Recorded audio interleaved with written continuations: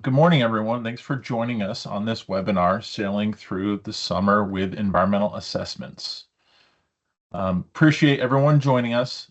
This is the first of several webinars that we're going to be doing here at Metric Environmental. So stay tuned for some more content that we'll be informing you about via your email. My name's Paul Malillo. I'm the Director of Business Development here at Metric Environmental and a principal as well.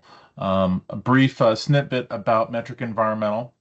We're a environmental consulting firm headquartered in Indianapolis, and we do work throughout the Midwest. We provide defensible solutions to our clients through deliberate, knowledgeable commitment to their projects and their goals. We are a staff of about 60 people located throughout the Midwest, and we can help you with your projects both in the natural and the built environment. Today, we're going to focus on the built environment side of our business. As I said before, we have offices throughout the Midwest, primary offices in Indianapolis. We have an office in Cincinnati, Louisville, and Gary. And we are licensed as a DDE firm in Indiana, Ohio, Kentucky, West Virginia, and Pennsylvania. Today, we're going to be talking about our assessment and remediation team.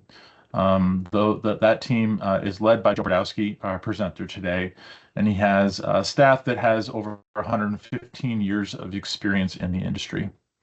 Joe Brodowski, our presenter today, is a licensed professional geologist. He is also a SESQO. He holds his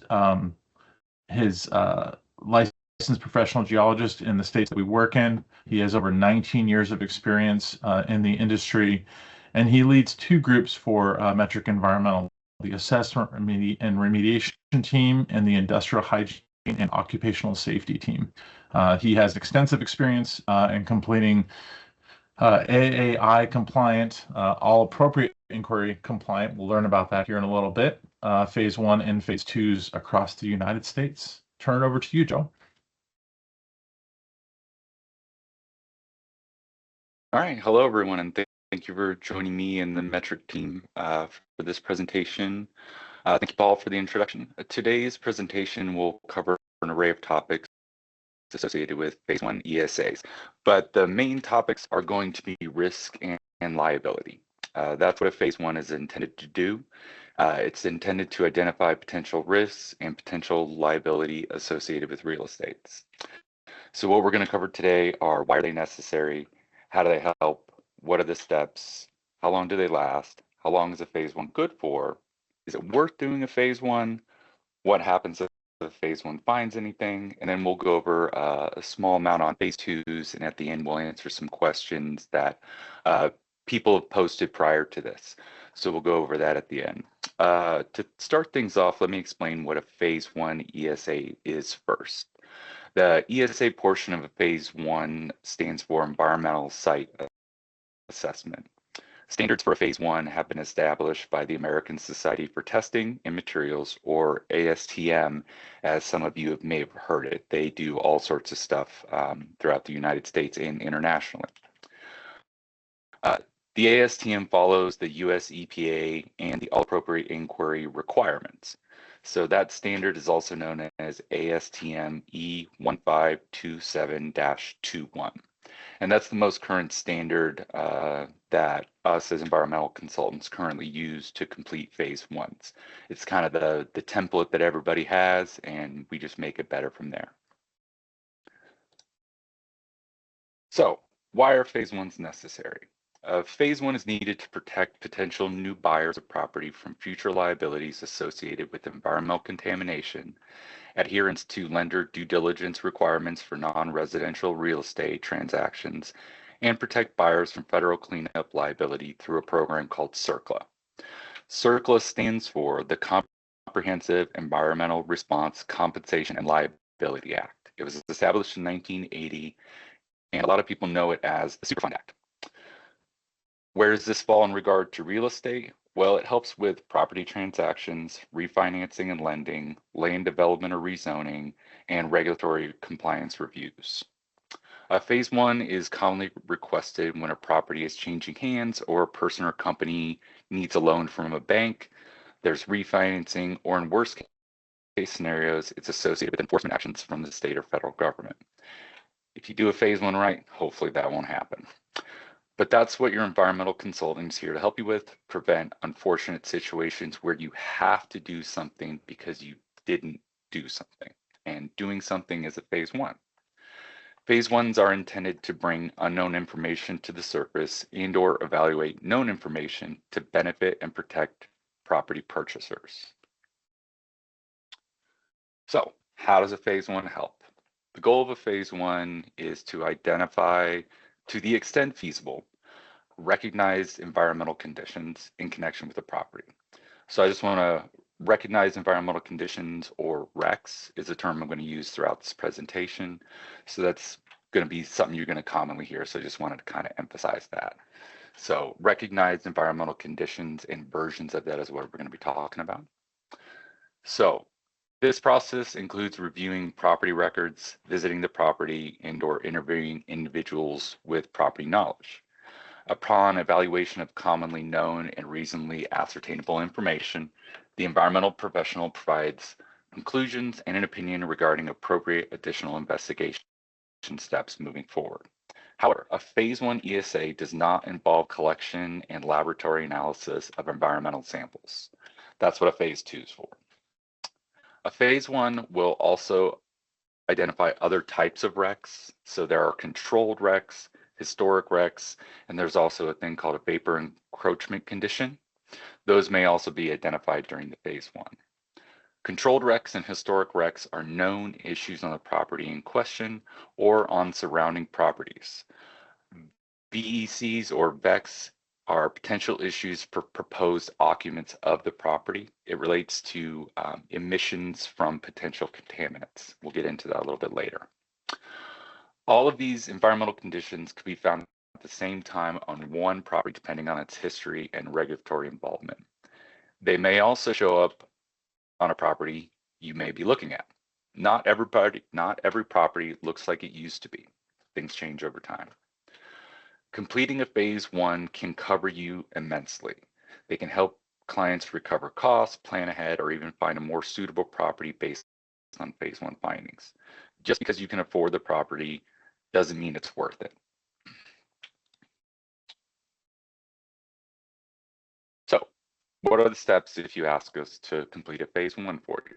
So the standard method for performing environmental due diligence is by hiring a qualified environmental professional or an EP, someone like me, and that person will complete an AI compliant phase one ESA per the ASTM standard that I mentioned earlier.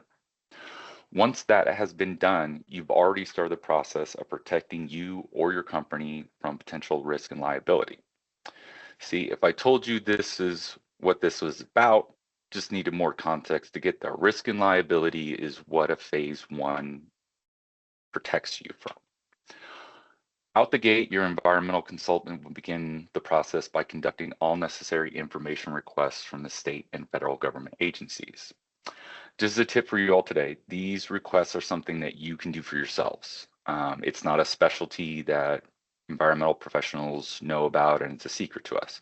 Anybody with a little bit of money can ask a company and they'll do these records requests for you. The difference is per the standard, an environmental professional has to review them, has to give recommendations on those. So that's the difference. What restricts an individual from completing their own phase one is the ASTM standard and the EPA's AAI. An environmental professional is required to sign off on a phase one at the end of the day. So you can look up all the information you like and have that all at your hand, but at the end of the day, for phase one to be valid, it has to be signed by an environmental professional.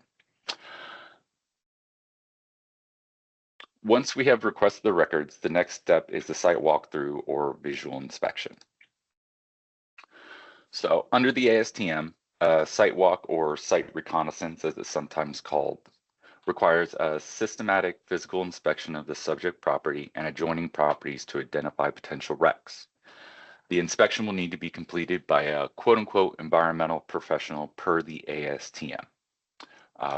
During the questions, we'll kind of go over a little bit about what that classifies as an environmental professional. So basically, your environmental consultant will walk through every nook and cranny of the project property looking for anything that may be potential risk or liability to you or your clients, depending on how it works out. We're looking for anything and everything that could be a potential threat to human health or the environment, plain and simple. If it looks like it's bad, that's what we're looking for. What are the potential threats that fall under this classification, you ask? Well, underground storage tanks are an example, and they're the most common item that can go overlooked. This is due to the first word in UST, underground, out of sight, out of mind. Without getting too deep in the weeds on USTs, they have their own rules and regulations that need to be followed, and that doesn't always happen. USTs, in my experience, are the biggest culprit in client regrets when it comes to purchasing a piece of land without knowing all the facts. I pulled many underground storage tanks out of the ground that people didn't know were there till after they bought the property. Another issue people run into are dry cleaners. Dry cleaners are also a regular problem child when it comes to property acquisitions. Dry cleaners are small, they can fit anywhere and cause big problems if someone wasn't environmentally conscious about how they manage their cleaning solvents. These are becoming fewer as time goes on due to more regulations and less toxic cleaning compounds and certain compounds that were prevalent through the 80s and 90s, one called PCE. Those aren't used as frequently, if at all, in the dry cleaning industry these days. So it's becoming less and less of a problem, but they still exist historically. So it is a thing to still be worried about.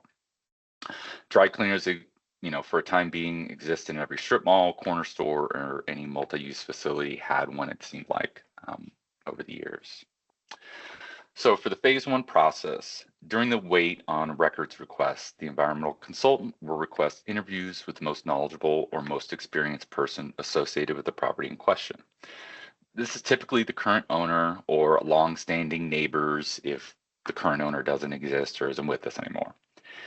If it's a business, the property manager or site manager, or sometimes even former employees or even neighboring residences, depending on what the property was currently used for or was used for, can be sources of interviews. We prefer to get people who worked in and around the property. That is ideal.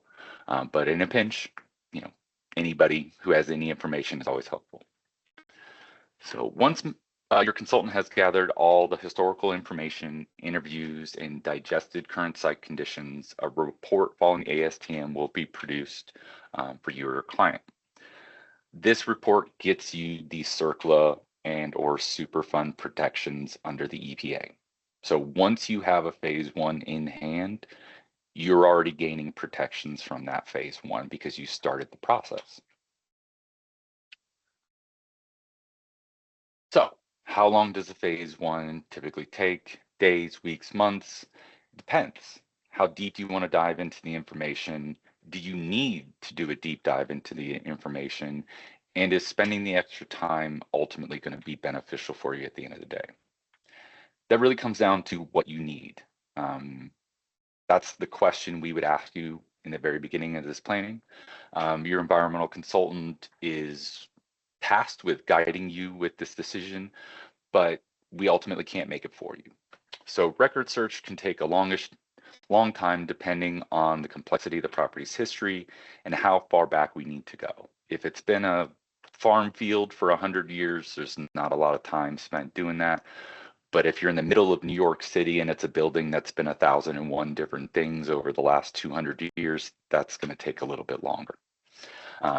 Obviously, some items can be planned ahead of time. We can start a record search well before you're actually needing any documents.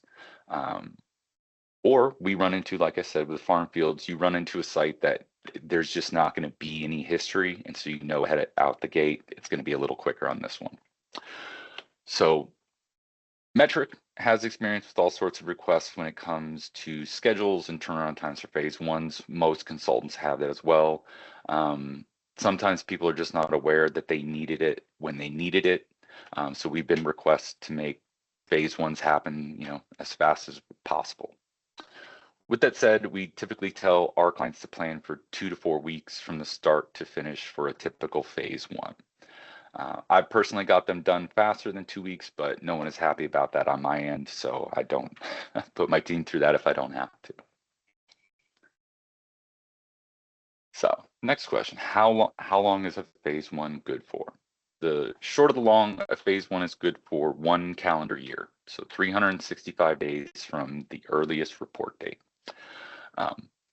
There are caveats, though, to hold that 1 year validity. So after 180 days, a phase one needs to be updated. And the items that need to be updated are interviews, environmental cleanup liens. Basically, you need to request to see if anyone's applied those to the property in 180 days.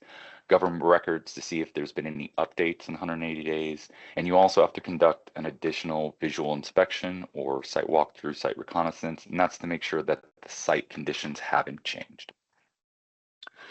So this is a requirement under EPA Code of Federal Regulations Title 40, which is titled Protection of the Environment, and it adheres to the All Appropriate Inquiry AAI requirements covered under CERCLA and the ASTM. So this 180-day marker is a must if you want your phase one to remain valid for a year. You don't have to do it at 180 days. But once 180 days hits, you then have to at some point in time before the end of the year or the calendar year timeframe. That said, Metric and other consultants can cater delivery dates and information acquisition to accommodate your project schedule when known. If you tell us when you need a phase one by and what it's for, we can make that happen. Do you need it in 183 days? We can do that. We can make a phase one work for you as opposed to against you, and any good consultant can do the same for you. And just like having kids, if you have to do it again, the second run through is always a bit easier. If you get to the 1 year mark and need a new phase one, we can plan ahead, get you what you need when you need it, phone call away.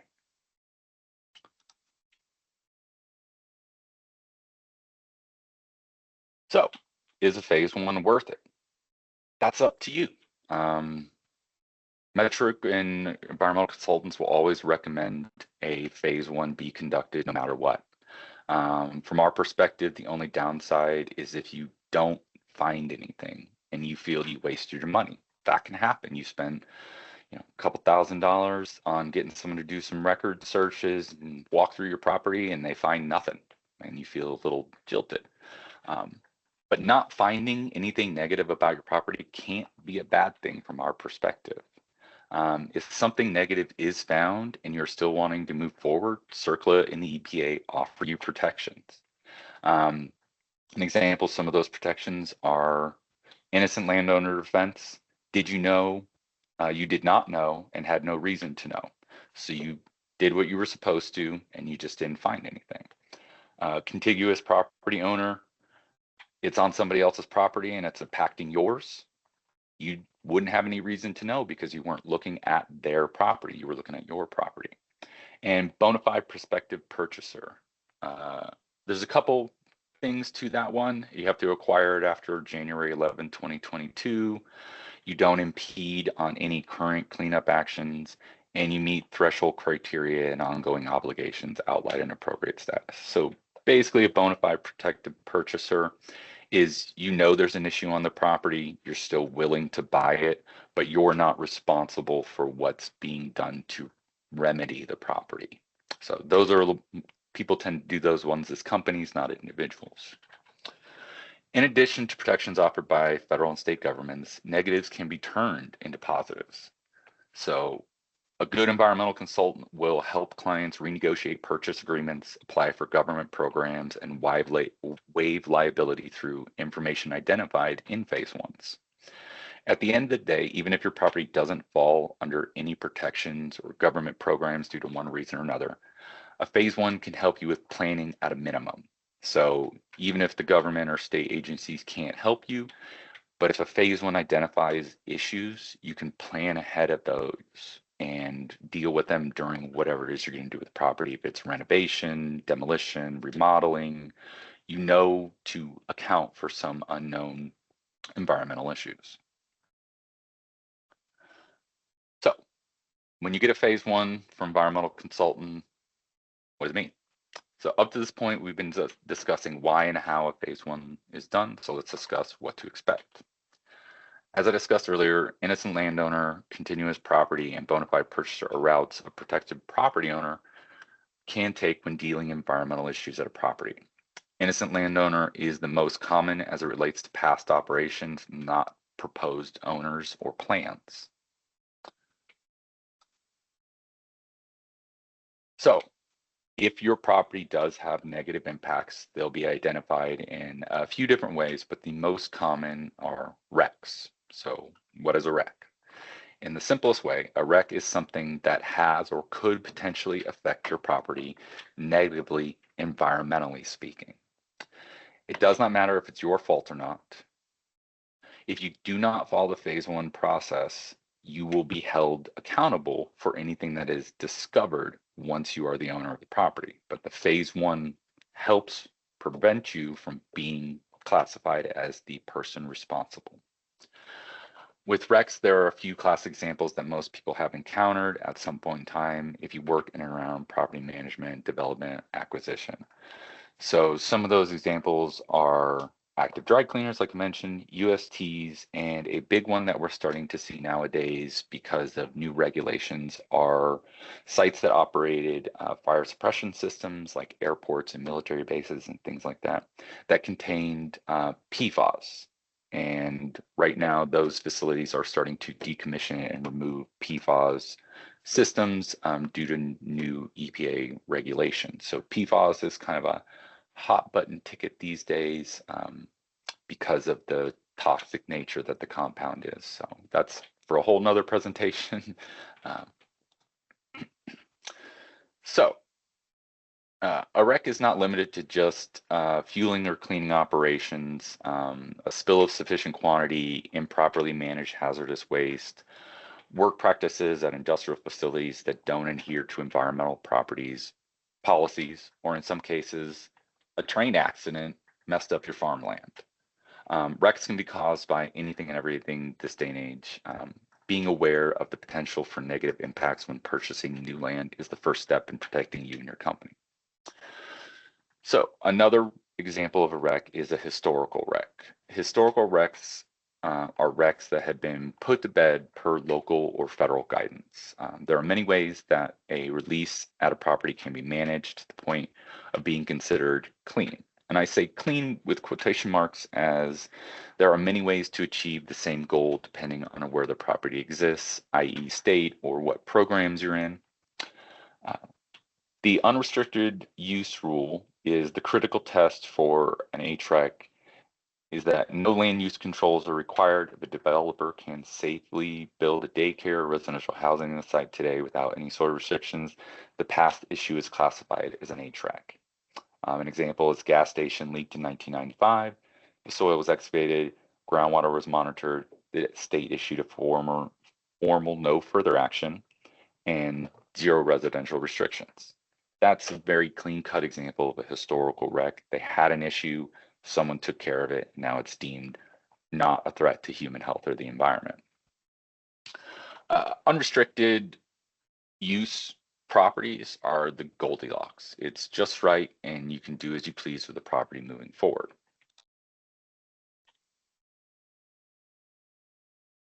Another REC that occurs is a controlled RECs. Properties can also fall under the too hot or too cold category for RECs. These are called controlled RECs. Controlled RECs have requirements for occupation of the property to protect human health and the environment. So this is a situation where they've identified a problem, they've implemented strategies to take care of it, but it's not done yet.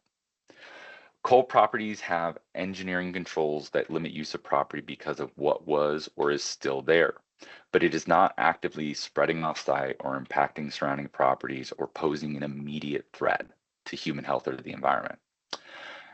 As an example, you can't build a daycare because it used to be a gas station and the soil still emits vapors to some degree. EPA regulations have the strongest for educational facilities and residential facilities and assisted living facilities. Those tend to be the most stringent if you're trying to build something on a formerly used property. Hot properties are still actively being monitored or being remediated to some degree. This can be as simple as collecting quarterly groundwater and/or soil from discrete locations of the property, or as invasive as potential UST removals, soil excavations, or operation of remediation systems. And those can be run and managed by the previous owner or regulatory body, and you would potentially make an agreement to be okay with that. Keep in mind, just because property is actively being cleaned, that doesn't mean you can't become the new owner. It just means that the property comes with a little bit of baggage, and that baggage tends to be the previous owner or a regulatory body. So if you buy a property that has a controlled rec, you're likely going to be involving yourself with another individual, another organization to some degree to clean up that property. Additionally, recs can be on adjacent properties. If that's the case, this is where we fall into phase 2 territory, and we'll talk about that later. And the last example, as far as conditions you potentially could encounter, are de minimis conditions. De minimis condition involves a release that does not pose a material threat to human health or the environment and would not trigger enforcement action if brought to the attention of regulators. Example, a few drops of motor oil on a concrete warehouse floor from a forklift, or a small superficial stain on an asphalt driveway with no cracks or pathways to underlying soil. That just means it's day-to-day operations, in fact, impacted visually aesthetic or, surface conditions at a property. It means that something happened, but it didn't impact anything. Companies are required to report certain things at certain times to regulators. This can result in certain things being made public information for various reasons, laws and/or regulations, for example. However, just because something is reported and comes up on a records request doesn't mean that will result in you needing to do anything. De minimis conditions. Just because they have reported certain issues encountered at their facility to a regulatory body and that's been filed, it doesn't mean when you acquire the land you actually have to do anything because of that. Some facilities are just required to report anything and everything to regulatory bodies because of the conditions that their industry exists in. So just because something has a report doesn't mean it's something that's going to cause a problem for you. The EPA regularly changes things with regard to regulations, and sometimes those changes can work in a prospective buyer's favor. So there could be reports from 20, 30, 10 years ago that shows something drastic for the property, but due to changes in environmental regulations or laws, it is no longer an issue for the property moving forward. So once you have the results in hand and you're reviewing some of these conditions, we come to the next phase, is whether or not a phase 2 is needed. So the next steps don't always have to be a phase 2. A phase 2 investigation is not always needed, but when the signs point to an issue, a phase 2 can see potentially unseen and identify potential risks and liability with the property. A phase 2 takes more time to complete, while typically needing a month or longer, depending on many variables in the process. If you want to go into the steps of phase 2, please feel to reach out. I won't waste your guys' time in this one with that. The goal of phase 2 is to identify chemicals of concern that may exist on the property due to past on-site operations or those of adjoining properties. A phase 2 can also give insight to what may be needed if this client is going to try and utilize federal state programs to address any issues that require remediation. Basically, that's just a fancy way of saying we'll cater a phase 2 to whatever you need to do with the property. Easy enough. Phase 2s aren't boilerplate. There isn't a standard for a phase 2. We can make it to fit your needs. So phase 2s are not typical for historical residential properties, but with everything, there are exceptions. Just because the property has been someone's home doesn't mean they didn't have a collection of battery acid on the side of their garage. Most phase twos are done for former gas station operations, industrial operations, dry cleaners, waste disposal areas, and USTs. This isn't the complete list of concerning properties and or property features, but it gives you a jumping off point on what to be mindful of when you're looking at other properties. Just because there's been a residence on a property for 20 years doesn't mean it didn't have something else on it prior to that.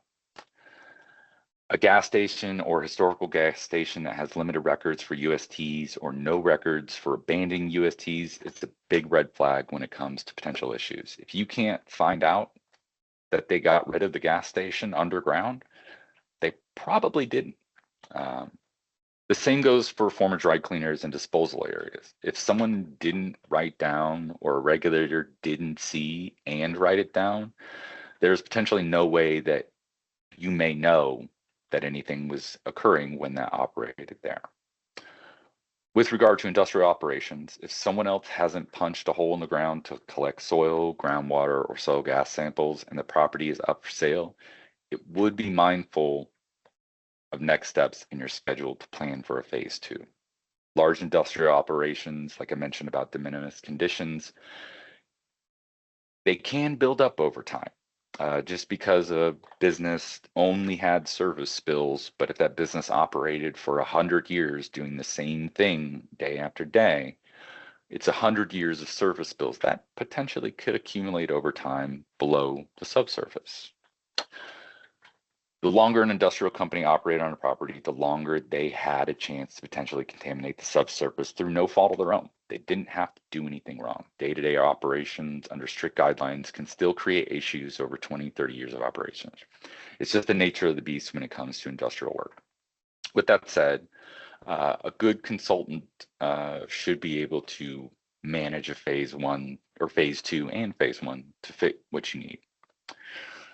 Metric, we've seen most things, but not all of them. We can guide clients through the process and adjust to fit your needs and the needs of the community at large when it comes to larger problems. A phase one can identify things that may make you have to talk to other property owners, property managers, things like that, if you decide to buy a property that's impacting someone else. And I understand it may seem like this process is a bit much, especially with me just kind of talking like this about it, and you're not familiar with it. But what this process offers is protection at the end of the day. If that's all you get from this presentation, is a phase one offers you and your company protections. Conducting a phase one offers you something out the gate, potential risk and liability coverage. It offers a better understanding of what may come, and a good environmental consultant can guide you through that process. So now we're up to the point where we have some questions that some people asked, and I think this will kind of give everybody a little bit more insight into some more specifics of what you may need. So Paul was going to give me a hand with that. Thanks, Joe.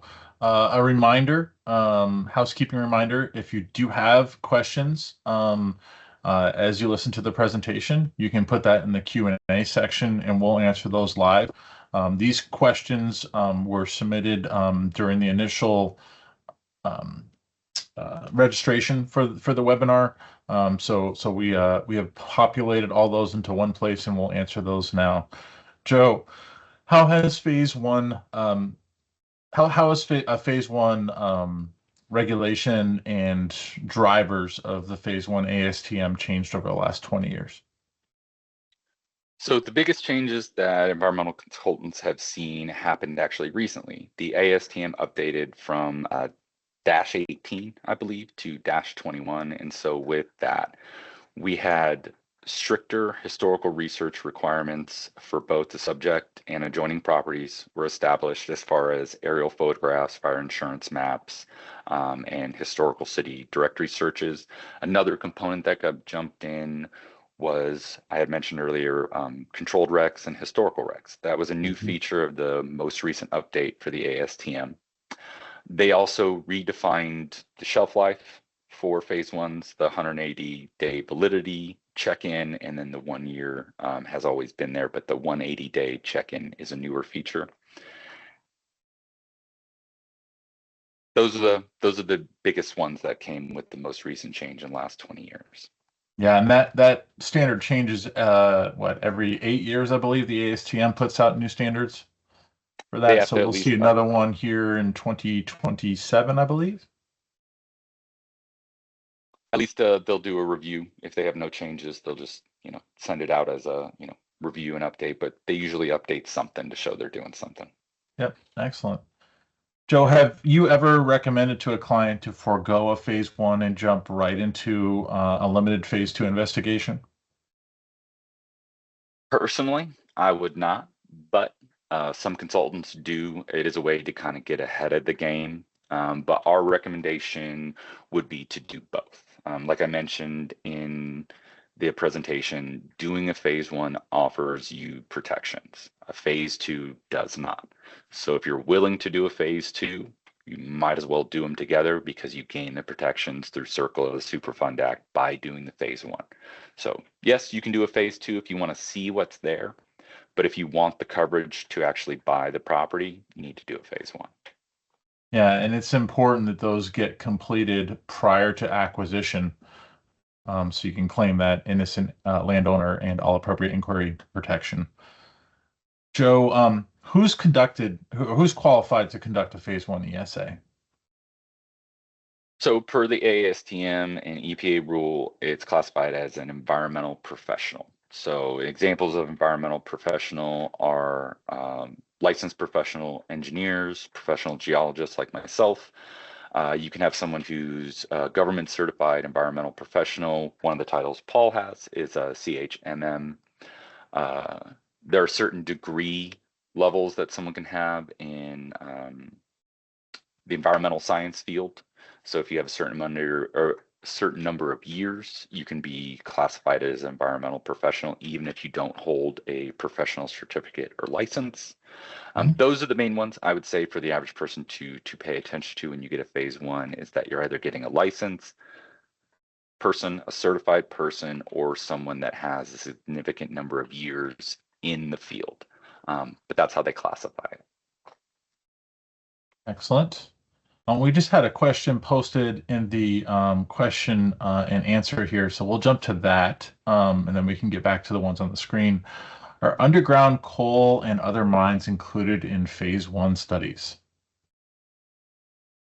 Yes, they do come up depending on the state. When you do a record search, if the state keeps track of those things, they will come up if the state makes them public information. I know Kentucky does. You can easily find the coal that you're registered in Kentucky, but not every state holds records that way. The less they do in that industry, the less likely they are to hold on to them, unless there is an EPA requirement to make them. And then those should come up during the record search. Yep. Yeah, and it really just means we'd be looking in the records to see if they're registered. So you can have active and abandoned mines that would be registered in a state database that come up in our database inquiries. Great question.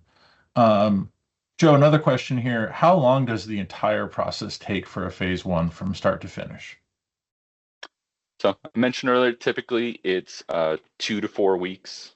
Obviously, a good consultant can potentially get it done faster than that, but that's the rule we tend to tell our clients is 2 to 4 weeks, mainly because of the data collection process, the interviews, record searches, and getting access for the site walk. Those are kind of the three limitations. The report writing can be done as quick as, your fingers can carry you.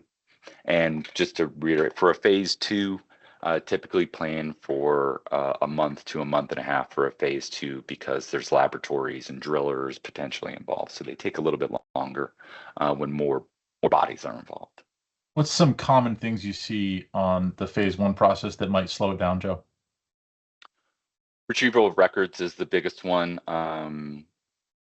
The smaller of a community you're looking into, sometimes they tend to take longer to get information back to you.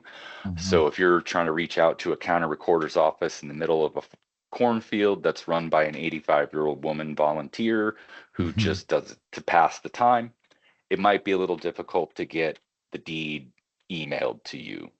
But if you're looking, like I said before, in New York City where everything is digitized and everything's accessible by a computer, it may be a little bit quicker. Yeah, excellent. Um, Another question, Joe, does the property owner have to be present during the site reconnaissance? No, uh, a good environmental consultant shouldn't need anyone there, but we do prefer it. Having someone there who has any knowledge about the property so we can ask questions as we see it is preferred.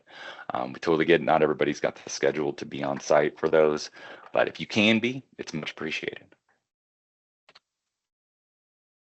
Joe, is mold, asbestos, lead-based paint inspections included in the Phase 1 ASTM standard? No, uh, those are not included in the ASTM standard for phase ones. They're considered interior building materials, and it's related to indoor air quality issues rather than environmental releases. So the ASTM classifies them as non-scope considerations. With that said, an environmental consultant that's worth their salt can give you those things as part of a phase one. They typically come with an extra cost, but a good consultant has no problem adding those things to the phase one process for you. Excellent.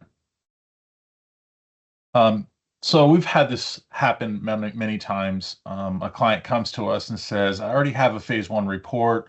It came as part of the package when I was looking at this property. It says that it's already taken care of. It's got a clean bill of health. As a buyer, can I just completely rely on that to save money and expedite the process? They were already handing it to me. It's already put together." No, technically. Yes, you can use it for informational purposes, but you do not fall under the protections that it offers. So to save money and safely maintain legal protections, the buyer must satisfy specific guidelines and obtain a reliance letter. So that reliance letter transfers the document over to the individual. And a phase one can also be written for multiple parties. Mhm. Just because you're the buyer, an agreement can be made with other individuals to where they're represented on the phase one as well. So you do have that advantage with the phase one is that multiple parties can be represented on a phase one. But if you're given a phase one that someone else did and you're not part of it, the go-to would be asking for a reliance letter and then also verifying that you meet those requirements that fall under the ASTM. So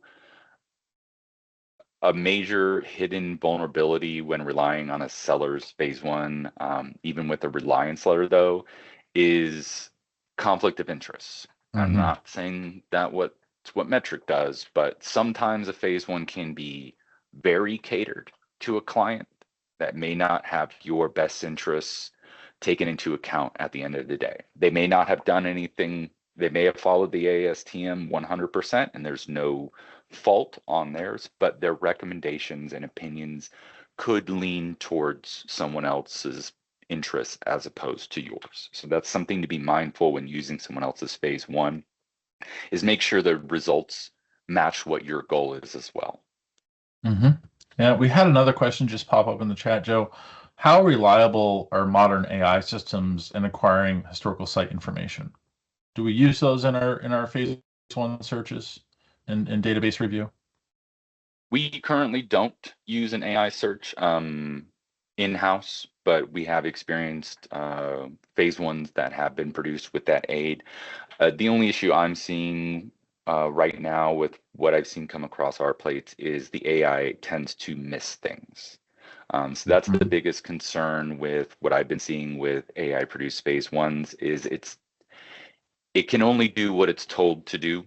And Mhm. if you don't tell it to interpret certain information a certain way, or it doesn't know to interpret information a certain way, you may potentially leaving risk and liability out in the air because one aspect of the phase one wasn't properly identified or phrased the right way. Or it was just wrong because it made the wrong conclusion. So at the end of the day, if you do get an AI phase one, at least have a person review it before you use it as what you're going to use moving forward. Yeah, I've been hearing AI is a powerful tool. Listened to a few presentations in the last few months indicating that, but it's a trust but verify situation. And really, for phase ones, all of our data that we're making recommendations off of come from a reputable source, defensible, and I have heard of AI systems kind of having hallucinations in the past and putting out information that might not yet be verified or they're interpreting it incorrectly. So it's a tool, but it's not something you necessarily want to use for a liability that you might be incurring. Joe, does a clean phase one guarantee that there's no contamination in the subsurface? No. So you can have a clean, quote unquote, clean phase one and still have potential issues. And those can come up as hidden subsurface pollution. So hence the phase two, if you have a property that potentially has something that's never been investigated before, we recommend you would investigate it, especially for industrial properties. Another one is data gaps. A data gap is basically just the information was not known or identified. And that can be because the information wasn't given to a state or regulator, and so no one knew about it. It could be that the information was just missed. Let's say in an AI phase one, maybe they missed something. That's a data gap. Or you weren't able to interview the current owner. That's also a data gap. So data gaps come in different ways. The other issue with that is your neighbor could potentially have impacted your property, and there's no indication that it happened because they didn't need a phase one, they didn't need a phase two, so they don't know they're a problem. And then you buy a piece of property next door and you go to dig a foundation and you find a problem. You got a Yeah. phase one that says your property was good to go, but unfortunately, because of your neighbor, it didn't happen. And then the last and final one is if someone deliberately hides information. So if an environmental consultant doesn't find it, doesn't know it exists, there's no way we would know to tell you about it. So a property owner burying drums or building an entire shed to hide asbestos material in, or building false walls in their barn because they wanted to get rid of 100 drums of diesel fuel. That happens. I've seen it. The EPA has to deal with it all the time. So unfortunately, just because you get a good, clean phase one doesn't mean there isn't risk at the end of the day. It just means you don't know what the risk is, unfortunately. I've also seen in my experience, phase one's not necessarily following the standard completely. Missing one or two items following that ASTM standard no longer allows someone to rely on that phase one for all appropriate inquiry. The clean finding in that phase one might not be applicable if they didn't follow every item listed in that ASTM standard. Kind of a get what you pay for type scenario. Yeah, and banks are very notorious for looking at phase ones more than anybody else in that regard. They want to make sure that that phase one follows the ASTM standard because that gives them the liability protection that you're also going to get from a qualified phase one. The bank gets that as well if they're part of the property acquisition process. So banks are notorious for fine-tooth combing, running through a phase one and making sure it checks all of those ASTM boxes because that's how you get into CERCLA. I've worked on some properties transfers in the past that have a lot of potential liability with them. And we've also kind of partnered with an environmental lawyer to make sure that they're looking at it for liability protections as well, just to make sure that everything is compliant in there. Last question here, Joe. Can an offsite issue result in a wreck on the subject site?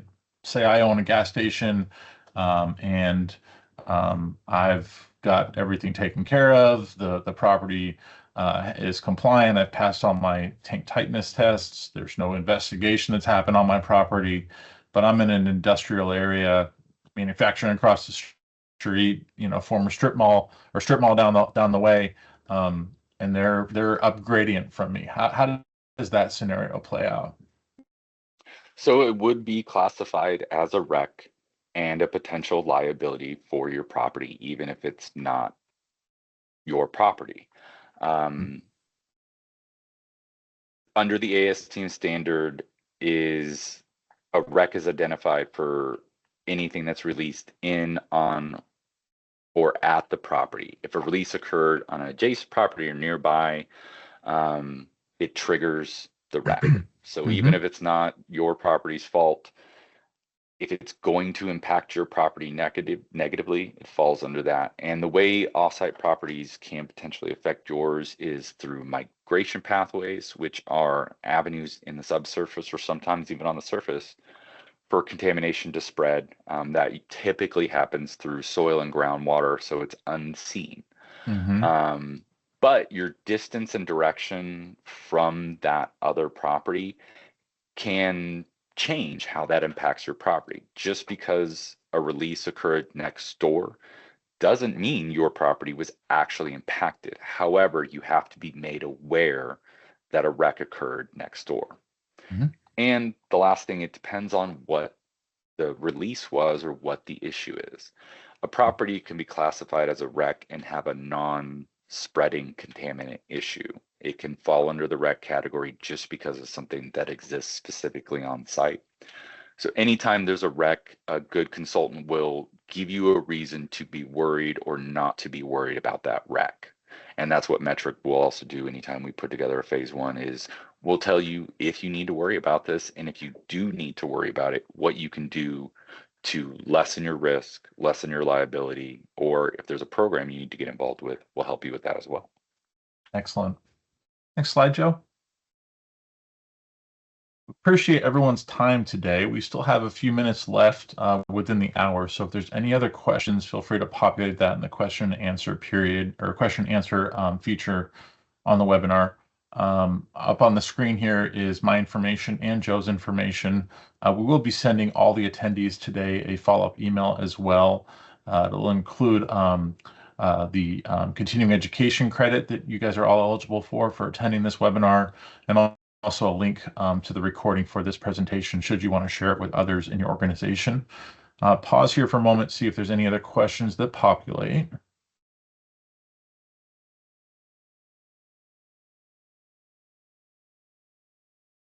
Seeing none, I think we'll end today's webinar. Appreciate everyone making time today. Again, stay in touch with us, reach out with any questions, be on the lookout for additional webinars covering all the services that we provide here at Metric. Enjoy the day.